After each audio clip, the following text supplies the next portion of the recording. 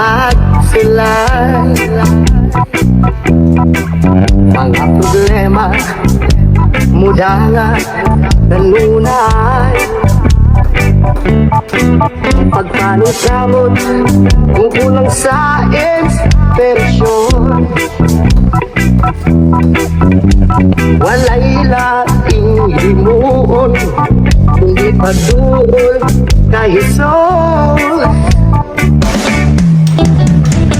Inspirasyon ka sa kinabuhi ko, O Diyos. Ang mga